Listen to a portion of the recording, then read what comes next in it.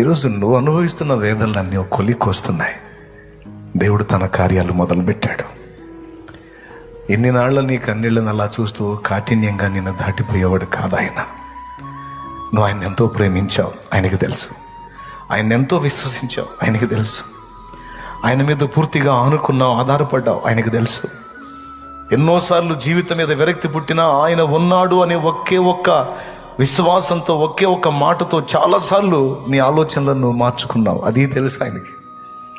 ఎంతగా నువ్వు ఆయన మీద అనుకుని ఆధారపడి ఆయన్ని ప్రేమించి హత్తుకున్న నిన్ను ఆయన చెయ్యి వదలగాక వదలడు. ఒక రకంగా చెప్పాలంటే ఈ శ్రమానుభవాలన్నీ, నువ్వు నేను మనం అనుభవించే ఈ శ్రమానుభవాలన్నీ